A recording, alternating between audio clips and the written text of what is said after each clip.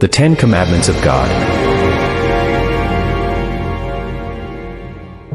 I am the Lord your God. You shall have no other gods before me. You shall not make for yourself an image. You shall not make idols or bow down to them. You shall not misuse the name of the Lord your God. Do not take God's name in vain. Remember the Sabbath day, keep it holy, a day of rest. Honor your father and your mother, show respect to your parents. You shall not murder, do not take another person's life. You shall not commit adultery, maintain faithfulness in marriage. You shall not steal, do not take what belongs to another person.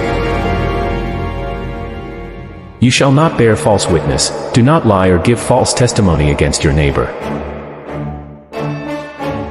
You shall not covet, do not desire what belongs to others. May God bless everyone who is watching this video. Just a small request, please teach these 10 commandments to your children and remember them yourself too. Because God's servant David said, "Your word is a lamp to my feet and a light for my path." And please like, comment, and share. Your one share could change someone's life. God bless you.